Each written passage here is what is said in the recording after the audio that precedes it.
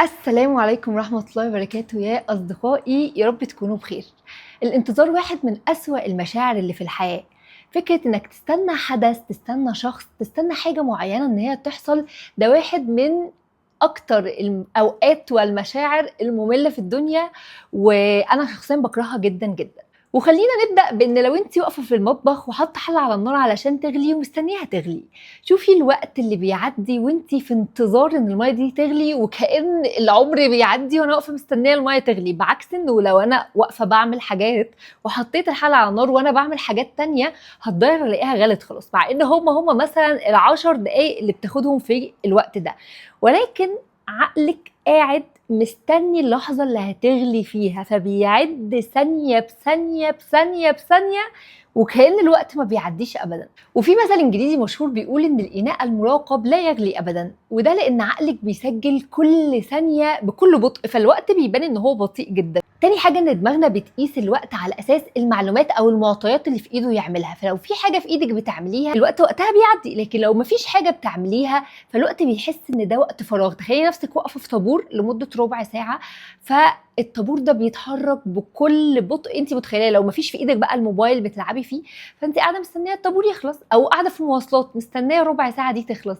ملل الدنيا، لان مفيش اي احداث بتحصل فمخك بيركز في اللاشيء، فالوقت ده بيبان مطاطي ما بينتهيش وما بيخلصش. تاني حاجه، لما بتكوني مستنيه الدليفري وانت جعانه، عامله اوردر، والاوردر انت عارفه ان هو هياخد نص ساعه بس، وانت هتموتي من الجوع وطالبه الاوردر ده وقاعده مستنيه الدليفري يوصل، متخيله جسمك نفسه بيكون متأهب كل لحظة ومتنرفزة وحاسة انا هموت والاكل يوصل دلوقتي، فقاعده بجد نص ساعه دي بتعدي عليك كانها 3 ساعات. باختصار الوقت بيعدي لما بنكون مستمتعين ومشغولين لدرجه اننا بننسى نبص في الساعه، وبيفضل يتلكع يتلكع لما نبص كل 5 دقايق او 10 دقايق او كل دقيقتين على الساعه اللي في ايدينا. وبالتالي تعالوا نقيس بقى نفس الموضوع ده على موضوع الجواز. تخيلي انت بعد ما بتتخرجي بتبدأي حياتك كلها بتستني حاجة واحدة بس انها تحصل، انتي مستنية تتجوزي، مستنية حب يظهر في حياتك، مستنية عريس يتقدم لك في حياتك كلها. تخيلي بقى هتفضلي قاعدة مثلا كام سنة لحد ما هتتجوزي من بعد التخرج. الكام سنة دول تخيلي ان انتي قاعدة بس في حالة انتظار، في حالة تأهب وانتظار ان حدث معين يحصل. شعور قاتل ومؤلم وممل جدا جدا جدا. وبصراحة خلينا نقول ان الموضوع بيحصل في الحالتين، في حالة ان انت اشتغلتي بعد ما اتخرجتي او ما اشتغلتيش. في حالة ان انت ما اشتغلتيش وقاعدة بتسكرولي طول الوقت على السوشيال ميديا، فبجد بتبقى حياتك فاضية مملة زهقانة، ما بتعمليش اي حاجة غير ان انت قاعدة بتتابعي اخبار الدنيا وبتتابعي الجوازات اللي بتحصل حواليكي، وفلانة اتخطبت وفلانة اتجوزت وفلانة فركشت. اما لو انت بتشتغلي ولكن انت برضو في حالة انتظار، انت من جواكي عارفة انت انا بشتغل مؤقتا لحد ما يجي ابن الحلال، او انا بشتغل ومتضايقة من شغلي او ما بحب شغلي، وكل اللي انا مستنياه امتى بقى هيجي اللي يخلصني من الشغلانة دي، او اللي هيخلصني من الحياة اللي انا فيها، او هيخلصني من بيت اهلي لو بيت اهلك مش احسن حاجه بالنسبه لي. وسواء الحاله دي او الحاله دي، فالمنتظر دايما عنده عدم استمتاع بالواقع اللي هو فيه دلوقتي. انت كل القلق اللي عندك هو شعور بالقلق من المستقبل، وكل اللي بتستنيه امتى هتيجي اللحظه اللي بعدها هتبدا الحياه الحقيقيه، او اللي بعدها هبتدي استمتع بحياتي. فانت مش عايشه اصلا جواكي، انت عايشه بره، عايشه بتشوفي نظرات الناس اللي حواليكي وبتتابعي اخبارهم، انت عايشه بره في اراء الناس واراء المجتمع واحداثهم هم، لكن احداث حياتك بالنسبه لك هي ممله جدا. ليه؟ لان انت قاعده مستنيه. طيب ايه هو الحل دلوقتي عشان اقدر اعيش حياتي وما بقاش قاعده مستنيه؟ اول حاجه، شيلي الانتظار من حياتك، عيشي اللحظه اللي انت فيها دلوقتي، استمتعي بالوقت اللي احنا فيه دلوقتي. ركزي دايما مع مشاعرك دلوقتي شكلها عامل ازاي، ركزي ان انت تتقني شغلك اللي انت فيه دلوقتي، او لو بتشتغلي شغل مش بتحبيه انك تدوري على شغل احسن. ركزي ان انت تستمتعي بالتفاصيل الصغيره اللي حواليكي، ركزي كده في شكل الشمس وهي داخله الصبح من الاوضه بتاعتك او من شباك اوضتك. ركزي ان انت عندك عينين تقدري تشوفي بيهم الالوان والطبيعه. على فكره في ناس ربنا خلقهم ما بيشوفوش. استمتعي ان انت عندك ايدين ورجلين وبتقدري تقومي لوحدك، تتحركي وتدخلي الحمام لوحدك، مش محتاجه مساعده من حد.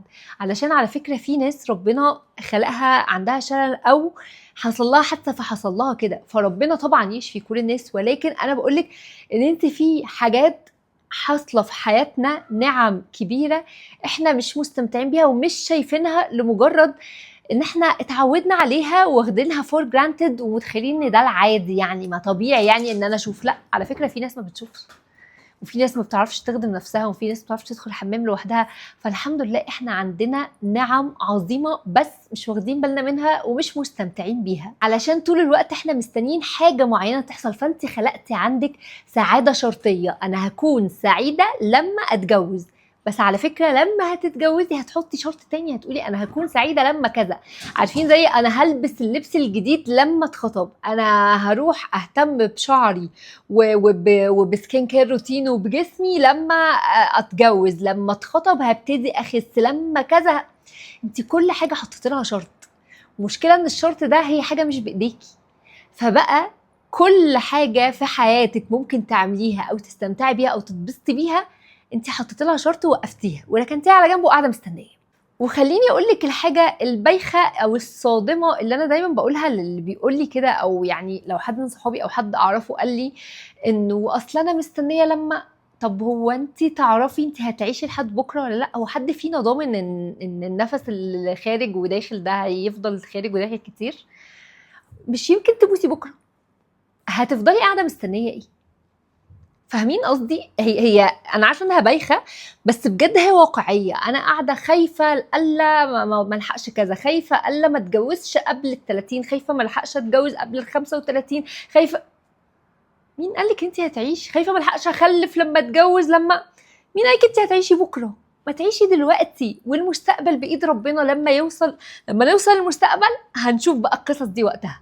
الحاجة التانية انك محتاجة تغيري افكارك اللي في دماغك عن الجواز. زي مثلا ان الجواز ده مش هو اعظم انجاز ممكن تعمليه في حياتك. انت ممكن تستمتعي بخروجه حلوه مع صحابك، وممكن تستمتعي في اوضتك ان انت تعملي مكان مريح ليكي، حتى ولو مالكيش اوضه لوحدك اعملي سريرك يبقى هو مملكتك، خليه شبهك، غيري فيه، اعملي حاجات تقدري وانت عايشه حياتك العاديه تبقي برضو مبسوطه ومرتاحه فيها، ولو بابسط الحاجات المتاحه قدامك. محتاجه تغيري فكره انه اصل اللي بتتجوز دي بتعيش اجمل ايام حياتها، لان اللي اتجوزوا احنا عارفين ان هم ما عاشوش اجمل ايام حياتهم، ولو عاشوا يومين 3 حلوين فبعد كده في مسؤوليات اكبر. حتى لو الحمد لله جوازاتهم دي حلوه واتجوزوا رجاله كويسين فعلا، ولكن الحياه مسؤوليات اكبر من مجرد ان احنا مستمتعين ومبسوطين. محتاجه تقنعي دماغك ان ده رزق مش بايديكي، ومش بكلام المجتمع اللي حواليكي اللي بيقولك حاولي وشد حيلك واعملي، انه في الاول في الاخر ده رزق من ربنا سبحانه وتعالى، وانا لو هسعى فهسعى بالحاجات المتاحه في ايديا اللي ترضي ربنا، زي اني ادعي، زي اني اخرج خروجات حلوه مع صحابي واستمتع بحياتي، زي اني اتعلم حاجات جديده، زي اني اطور من نفسي، زي اني اتعلم عن العلاقات وعن الحب بالشكل الصح، علشان اكون مهيئه نفسيا ومجهزه نفسي ان في وقت من الاوقات لما ده يبقى يحصل اكون انا اوريدي مستعده. ولكن انا مش موقفه حياتي على ان مستنيه حاجه، لا، انا بجهز نفسي وبستعد وبثقف نفسي وبسعى للجواز بالشكل المناسب. تالت حاجة اني استبدل احتياجاتي اللي محتاجاها من الشخص اللي هرتبط بيه بمصادر تانية. زي ايه؟ والحاجات اللي هقولكوا عليها دي انا هقول حاجات كتير، ومش عايزه كل واحده تقولك مثلا هقول سفر مثلا تقولي لا انا مع اهلي مش هينفع اسافر. كل واحده تاخد الحاجه المناسبه لطريقه حياتها دلوقتي، ومش بس تاخد اللي انا بقوله، انت ممكن تاخدي فكره تطلعي اعملي بيها حاجه تانية مختلفه تماما. بس اقصد علشان بس الناس بتقعد اللي عايز يحط حجه هيحط حجه، فاهمين قصدي؟ فاللي انا هقوله ده هي مجرد افكار واقتراحات وحاجات انا عملتها واللي حواليا عملوها او حاجات انا عارفاها وهقول لكم عليها، وكل واحد ياخد الحاجة اللي هتكون مناسبة لحياته وشخصيته واعتقاداته، اللي شايف حاجات حرام ما يعملهاش، اللي شايف حاجات حلال اللي يعملها، علشان انا الجدل ده خلاص انا حفظته يعني. فخلينا نتكلم في المواضيع نفسها. اول واهم حاجة دايما بقولها هو اهلك. قوي علاقتك باهلك، لو ان شاء الله دول اهل كويسين هتقوي علاقتك بيهم، تخليها اعمق شويه. يعني يكون في ما بينك مثلا وبين مامتك قاعده كده بتتكلموا فيها، بتخرجي مع اختك خروجه حلوه، اخوكي بتقعدوا تتناقشوا في مواضيع. خلي الحياه مش مجرد زيك وعامل ايه وبنشوف بعض بنتقابل بالصدفه في الطرق، لا، حاولي تخلي دايما في كواليتي تايم، ولو حاجه بسيطه قوي، مره في الشهر يا ستي، بس مع كل حد فيهم دايما اخلقي كواليتي تايم واخلقي علاقه حقيقيه مش سلامات وبس. والاهل ده بيشمل يعني زي باباكي ومامتك اخواتك، كمان ممكن عمتك خالتك بنت خاله قريبه منك، افكاركم شبه بعض، حد من قرايبك وعيلتك يكون اكتر حد انت حاسه انك ممكن تكوني مرتاحه معاه، او اخلقي ده واخلقي حاجات مشتركه ما بينكم. ومش لازم يكون الشخص تيبيكال منك او كل افكاره واراءه شبهك او كده، لا احنا ممكن بناخد الجانب اللي احنا محتاجينه من الشخص ده. فبننزل نعمل شوبينج مع بعض، بننزل في حاجه مشتركه ما بيننا بنقدر نعملها. فالاهل هم اكتر حد عاش معانا تفاصيل حياتنا من الاول، فعرفنا من زمان وعارفين وشافوا تقلباتنا وشافوا مشاكلنا وحواراتنا، ومع ذلك لسه بيحبونا. فدول من اكتر الناس اللي لما تقوي علاقتك بيهم هيفرق قوي قوي قوي في احتياجاتك اللي انت محتاجاها. وتاني حاجه على طول الصحاب اللي لسه متواجدين في حياتنا، اللي يمكن الدنيا بعدتنا شويه بس لو رجعنا اتكلمنا الدنيا هتبقى لطيفه. سواء الصحاب دول موجودين دلوقتي في حياتك او كانوا، بس ممكن نرجع العلاقات تاني. شوفي علاقه بصحاب من اهم العلاقات، لان دايما الصحاب بيبقى في حته كده ما بيننا، اللي هو خصوصا لو ظروفكم قريبه من بعض، لو متفاهمين وبتعرفوا تسمعوا بعض، فبيبقى فكره انه احنا بنعرف نفضفض لبعض في حاجات يمكن ما بنقولهاش لاهالينا عشان ما بنحبش نزعلهم، ما بنحبش يحسوا ان احنا متضايقين او ايا ما كان. بيبقى بين الصحاب الموضوع اعمق واكتر اكتر حميميه كده، بنعرف نفضفض ونتكلم. اهم حاجه تبقي عارفه ان انت بتتكلمي مع حد ثقه، علشان دي اسرارك ما ينفعش تقوليها لاي حد. فاهم حاجه في موضوع الصحاب ده انك تبقي عارفه ان انت بتتعاملي مع حد ثقه وظهر، ومهما اختلفتوا اللي ما بينكم هيبقى خلاص هو صندوق اسود وتقفل على لحد كده يعني. تالت حاجه مهمه جدا هي الثيرابي، والمتاح معاه ان هو سواء ماديا او ان هو يقدر يعمل ده، انه يروح لحد ثيرابي يساعده في انه يفهم نفسه اكتر، يعرف مشاكله اكتر، يعرف مشاكل الطفوله اللي مأثره على حاجات كتير في حياتنا دلوقتي ممكن تبقي مش واخده بالك منها. الموضوع يا جماعه بيفرق بشكل مش طبيعي، بتفهمي نفسك اكتر، بتعرفي حاجات كتير عن نفسك، بتعرفي تتعاملي مع الحاجات المتاحه دلوقتي او الموجوده في حياتك دلوقتي، بتعرفي تلاقي حد بيفكر معاكي في مشاكلك بس عن وعي، وعن ان هو هيديكي توجيه صح في المشاكل اللي عندك او الحاجات اللي عندك او قصة حياتك اللي موجودة دي، هيعرف يحللها لك كده ويفصصها لك ويطلعها لك جاهزة قدامك. فالثيرابي من الحاجات المهمة جدا جدا جدا، سواء بقى اونلاين سواء انت بتروحي المكان. وبرضو اهم حاجة في موضوع الثيرابي انك تكوني رايحة لحد ترشيح من حد يكون اوريدي حد جربه وعارف ان هو حد برضو ثقة، ومش من اول مرة بنتعود قوي على الموضوع. ومش شرط انا اكون اتعاملت مع دكتوره ريحتني انت لما تتعاملي معاها تريحك. يعني ده حصل كتير معايا انا وصحابي، مثلا رشحت لها مثلا واحده او اتنين من الدكاتره اللي انا بتعامل معاهم وهي تجرب وتشوف ايه اللي هترتاح له. في حد ممكن تكون واحده بالنسبه لي مريحه جدا وبحبها جدا، بس مع صاحبتي ما فيش اي قبول. فموضوع الثيرابي بياخد شويه، تاخدي وقت شويه عشان تعرفي حد تتعاملي معاه تبقي مرتاحه كومبليتلي وعارفه تتكلمي براحتك، ومش شرط اللي نفع مع غيرك ينفع معاكي. رابع حاجه وتقريبا مش هعد تاني عشان مش فاكره، هقول بقى الحاجات على طول، ان املي وقتك بحاجات مفيده زي الرياضه مثلا. الرياضه من الحاجات اللي بتفرق جدا جدا جدا في النفسيه في المود، لان هي بتفرز اصلا هرمون سعاده. والرياضه مش شرط اكون هنزل اروح الجيم، لو متاح ان انت تنزلي تروحي جيم يبقى تحفه طبعا. مش متاح يبقى عندك ممكن تنزلي تتمشي نص ساعه في اليوم مرتين 3 في الاسبوع من غير الموبايل، بتنزلي بس تمشي كده. مش متخيله كميه الافكار والطاقه السلبيه اللي بتطرديها من دماغك. بتفكري في حاجات كتير، ممكن ترجعي بافكار حلوه. انا عن نفسي من افكار الكونتنت مثلا اللي بكتبها دايما بتجيلي وانا بتمشى. ما بتحبيش الجيم ممكن تلعبي يوجا، ترقصي زومبا، ارقصي اورينتال. انا مثلا بالنسبه لي ما بحبش الجيم، فمن الحاجات اللي اكتشفت مؤخرا اني بحبها جدا هي الرقص. ومش ببقى رايحه عايزه اللي هو عايزه ابقى رقاصه اجمد واحده، لكن كل اللي انا ببقى عايزاه هي الفايبس ان انا ابقى بلبس وبتشيك وبروح اتنطط مع ناس ونرقص مع بعض وبنات الفايبس نفسها بتخليني راجع عندي طاقه حياه على الدنيا كلها. فاملي وقتك بحاجات تخليكي بتتحركي. الحركه مهمه جدا جدا، فالرياضه حاجه مهمه لازم تبقى في يومك. سواء هتقدري تنزلي وهتقولي مش بقدر انزل عندي مش عارفه ايه، كل حاجه زي من اللي انا قلتها دلوقتي دي موجود منها على اليوتيوب بأبسط الحاجات اللي ممكن تعمليها. تسيرشي على اليوتيوب اورينتال فور بيجنرز، مثلا زومبا فور بيجنرز، حتى الورك اوتس ممكن تعمليها من البيت مع باليوتيوب مع اي حد من على اليوتيوب. هحط لكم شويه تشانلز كده كنت جربتها. حتى المشي، يعني في قناه اسمها ووك فور هوم بتعملي كل حاجه وانت في البيت، فبجد ما حدش ليه حجه، قومي واتحركي، لان الحركه بتفرق في النفسيه بشكل انت مش متخيلاه. من الحاجات المهمه جدا هي الاعمال التطوعيه، انك تتطوعي، انك تساعدي ناس باي شكل من الاشكال. مساعده الناس اصلا بتدي الانسان طاقه سعاده واحساس بالاهميه، ان انت عملتي معروف في حد او ساعدتي حد بحاجه، من اكتر الحاجات اللي بتدينا احساس ان احنا لينا لازمه في الحياه دي.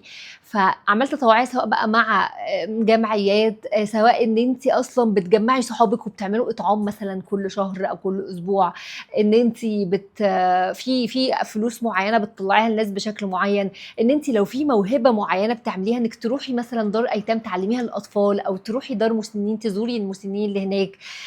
انا مثلا من الحاجات اللي انا بحب اعملها قوي، وانا مش الشخص اللي بعرف قوي اعمل اعمال تطوعيه اللي كل الناس التانية بتعرف تعملها، بحس اني بتكسف او مش عارفه ادي الناس بطريقه معينه. فاكتشفت ان الحاجه اللي انا بعرف اعملها ان انا اصلا برسم، فتعلمت ان انا اروح دار ايتام اطلب منهم انه انا عايزه ارسم لكم على الحيطان، وابعت لهم ان انا بعمل كذا، واروح ارسم على الحيطان في دار الايتام.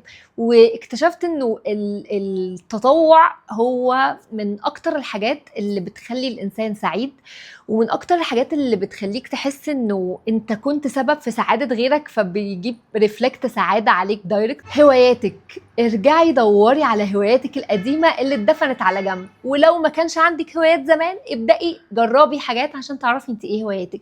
كنتي بترسمي زمان، ارجعي ارسمي، احضري ورش رسم، كنتي بتغني، بتعزفي، بتعملي اي حاجه، بتقري، رجعي هواياتك القديمه واملي بيها يومك وحياتك. الورش دلوقتي مفيش اكتر منها، والتجارب الجديده مفيش اكتر منها. انت بمجرد ما تعملي سيرش على السوشيال ميديا عن ورشه اي حاجه هيطلع لك كميه اعلانات عن ورش مش طبيعيه. واحنا دخلت صيف والناس كلها اجازه، وبدات بقى الورش تتعمل، والناس تعمل اوتنج، خروجه مثلا فيها اكتيفيتيز معينه. خروجوا الخروجات دي، اعملوا اكتيفيتي جديده، قابلوا ناس، اتعرفوا على ناس جديده، اعملوا صحاب جديده، شوفوا ناس عندها اهتمامات من اهتماماتكم. مش بقولك اعملي ده كل يوم ولا كل شويه، اعملي ده على قد ما يكون متاح بالنسبه لك، وعلى قد ما يكون الدنيا متوفره معاكي، ولكن ما تحرميش نفسك من ان انت تخرجي من الاوضه اللي انت حابسه نفسك فيها. هتقولي لي ما معيش فلوس اعمل الحاجات دي، هقولك انزلي هاتي علبه الوان بسيطه جدا وكتاب التلوين اللي مرسوم ده اللي متقسم رسومات، واقعدي لوني. من اكتر الحاجات اللي بتطلع طاقه الانسان بيطلع فيها كميه افكار وانت قاعده بتلوني. سيبي الموبايل من ايدك واقعدي جربي تفرغي طاقتك بالالوان من غير ما تفكري ان انا عايز اطلعها حلوه، لان في ناس بيبقى عندها البرفكشن خطير، فبتبقى مش بتجيب كتب التلوين وما بتقدرش تلون فيها علشان خايفه تبوظها. لا، بوظيها ارجوكي، بوظيها ارجوكي، ضيعي وقتك. انا بقول لك ضيعي وقتك، وده استثمار على فكره، الوقت مش تضييع للوقت. اقعدي لوني بجد، انت مش متخيله هيفرق معاكي ازاي. اقري كتب، لان الكتب من الحاجات اللي بتغذي افكارنا وبتغذي عقلنا وبتخلينا بني ادمين شايفين عوالم اخرى من الحياه. سواء بقى بتحبي تقري كتب بتتعلمي منها حاجات علم نفس، حاجات تربويه، حاجات ايا ما كان، او بتحبي تقري مثلا روايات بس بتعيشك في عالم اخر، اقري. سيبي التليفون شويه واقعدي اقري ان شاء الله صفحه صفحتين في اليوم. هتفرق ان انت هتحسي حتى بانجاز لما تخلصي الكتاب اللي بتقريه ده. ومن اهم الحاجات اللي تستثمري برضو فيها وقتك هي القرآن. احفظي قرآن، ومش هقولك بقى ان انت لازم تبقي ملتزمه في مجموعه ومش عارفه ايه. ممكن تحفظي ده سواء مع مجموعه لو لقيتي حد بيحفظ، سواء اونلاين مع حد برايفت ليكي لوحدك او مع ناس تانية، وده بقى متاح كتير جدا. ولكن دايما خلي ليكي علاقه مع القرآن، يعني بتروحي وتيجي وتبعدي وتقربي. اكتر حاجه بعملها، كنت زمان الاول بغلط الغلطه دي، وبعدين اكتشفت ان هي دي الحياه مع القرآن، ان انت مش معنى ان انا فوتت كام مره ان ان انا خلاص كده الدنيا راحت مني. لا، القرآن هي رحلة ما بتخلصش. عادي اقعدي جربي في الصورة مرة واثنين وثلاثة وعشرة، بس هيفضل ليكي دايما حال مع القرآن، او هيفضل دايما ليكي علاقة كده رايحة جاية مع القرآن، بتقربي وبتبعدي. بس القرآن هو محور من محاور حياتك الأساسية، اللي بتخلي دايما كده ان انتي اوقات بتبقي قادره تقعدي تتفكري وتسمعي وتسمعي تفاسير ويدخلك في عوالم القران. وفي اوقات بتبقي يا دوب بتحفظي علشان انت مش قادره وبتاع، فانت بس القران موجود في يومك، بتبقي قادره تستقبلي رسائل من ربنا، بتبقي قادره تعرفي اكتر وتفهمي في دينك اكتر، وتملي يومك بحياه وبحاجات مفيده ليكي، سواء بقى لدنيتك ولاخرتك. لو في ايدك تسافري طبعا سافري، سافري سافري سافري سافري، شوفي الدنيا. سواء جوه مصر او بره مصر، اللي بيقدر يعمل ده يعمله. لان وما تقوليش انا مش هقدر اسافر لوحدي، علشان من تجربتي الشخصيه اني مفيش ولا مره سافرت لوحدي في مكان، او سافرت مع شركه او مع جروب مسافرين في مكان، الا وكل اللي طالعين او نصهم كل واحده فيهم طالعه لوحدها، وبنلم على بعض وبنبقى شله صحاب. لان دلوقتي خلاص انا صحابي ما بقوش فاضيين، صحابك ما بقوش فاضيين، او لو انا معايا فلوس صحابي معهمش دلوقتي، او لو هم معاهم الفلوس ما عندهمش الوقت، لو انا هم عندي الوقت هم وهكذا. فمفيش وقت دايما هتعرفي تظبطي فيه سفر او ورشه او كذا مع كل صحابك او مع صحابك حتى القريبين منك.